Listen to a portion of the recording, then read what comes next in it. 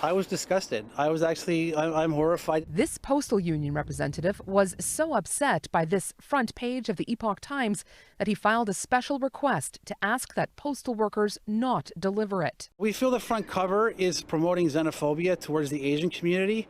It also could put some of our Asian letter carriers at risk. The minister rejected that request, saying it does not appear to meet the required criteria of the offence of willful promotion of hatred, as established in the Criminal Code of Canada. The Epoch Times was founded by Falun Gong practitioners, the spiritual movement persecuted in China and at loggerheads with China's ruling Communist Party. Falun Gong showed a capacity. Those who study China aren't surprised to see the paper seize on the pandemic to take aim at Beijing. There is so much bad blood that either side would take whatever opportunity they reasonably could to throw mud at the other. The paper recently produced this documentary about the origin of the virus. It pushed so many debunked theories, Facebook flagged it as false information. Just this morning, my friend sitting in front of the hospital waiting for their mother-in-law for a medical checkup, yelled at, screamed at, "You dirty Chinese." This advocate worries the paper's inflammatory headlines hurt all Canadians. Because this perception that Chinese equals virus is already quite prevalent in the Canadian society. In an email, the Epoch Times acknowledged some people may have erroneously conflated criticism of the Chinese Communist Party with criticism of the Chinese people, but said the party does not represent Chinese people. When asked, the paper didn't say what steps it could take to quell the fears of Asian Canadians afraid its headlines could make them targets of hate. Katie Nicholson, CBC News, Toronto.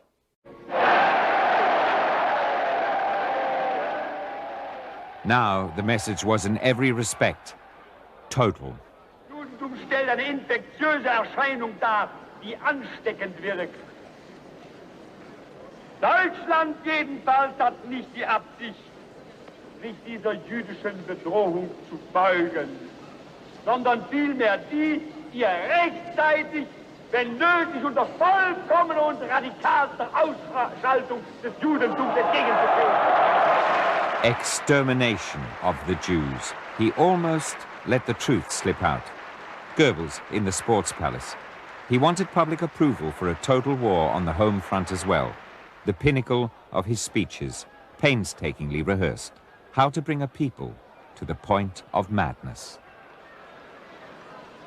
Gegenstände behaupten, das deutsche Volk wehrt sich gegen die totalen Kriegsmaßnahmen der Regierung. Es will nicht den totalen Krieg, sagen die Engländer, sondern die Kapitulation. Mittlerweile war aber eben auch in der Zuhörerschaft das so geschürt worden, also erstmal unschuldige Frauen und Kinder und den Volkskörper verletzen und unsere deutsche Heimat mit Bomben bedecken und so. Das hatte ja schon die Wut natürlich auch in der Zuhörerschaft gesteigert. Und als dann die Fragen kamen und die Brüllerei erstmal losgegangen ist, dann war das nicht mehr kontrolliert.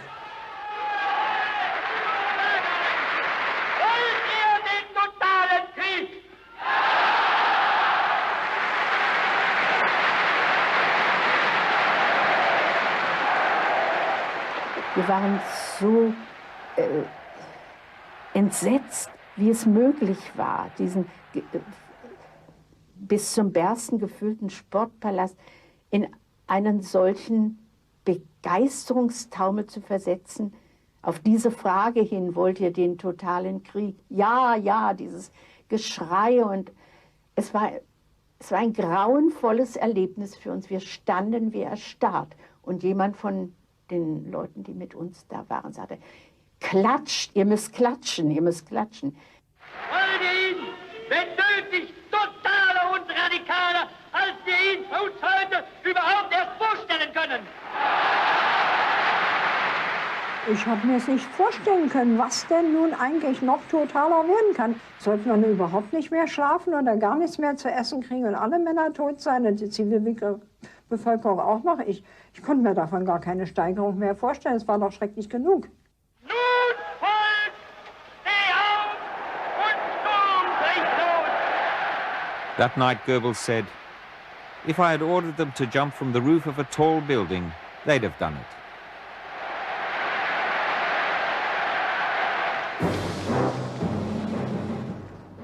What total war meant, people soon found out.